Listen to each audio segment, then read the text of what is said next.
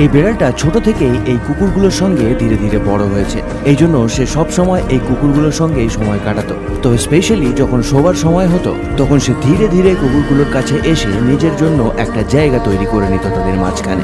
দেখে মনে হতো সে বলার চেষ্টা করছে, আমার গায়ের রং আলাদা হলেও আমি তোমাদেরই ছোট বোন। আর কুকুরগুলো তাকে নিজের পরিবারের সদস্যই মনে করত। তারা যেখানেই যেত বিড়ালটাকে সাথে করে নিয়ে যেত। আবার কখনো কখনো বিড়ালটা কোনো একটা কুকুরের পিঠে উঠে ঘুরে বেড়াতো। তবে তাদের মালিক যখনই বিড়ালটাকে খুঁজে পেত না তখন দেখা যেত বিড়ালটা কুকুরগুলোর বড় বড় লোমের তলায় লুকিয়ে আছে। তবে একদিন একটা কুকুরের অনেকগুলো বাচ্চা হয়। এদিকে বিড়ালটাও খুব কৌতূহলী হয়ে পড়ে বাচ্চাগুলোকে নিয়ে। সে ধীরে ধীরে বাচ্চাগুলোর কাছে যেত এবং আস্তে আস্তে খেলা করতে শুরু করতো তাদের সাথে। ধীরে ধীরে কুকুরের বাচ্চাগুলো একটু বড় হওয়ার পর বিড়ালটার সঙ্গে তাদের সম্পর্ক আরো মজবুত হয়ে ওঠে এবং তারা সব সময় ওই বিড়ালটার সাথেই খেলতো। তবে সব কুকুরের বাচ্চাগুলো যখন ভালোবাসার জন্য ওই বিড়ালটাকে পাঁজা করে ধরতো তখন দেখে মনে হতো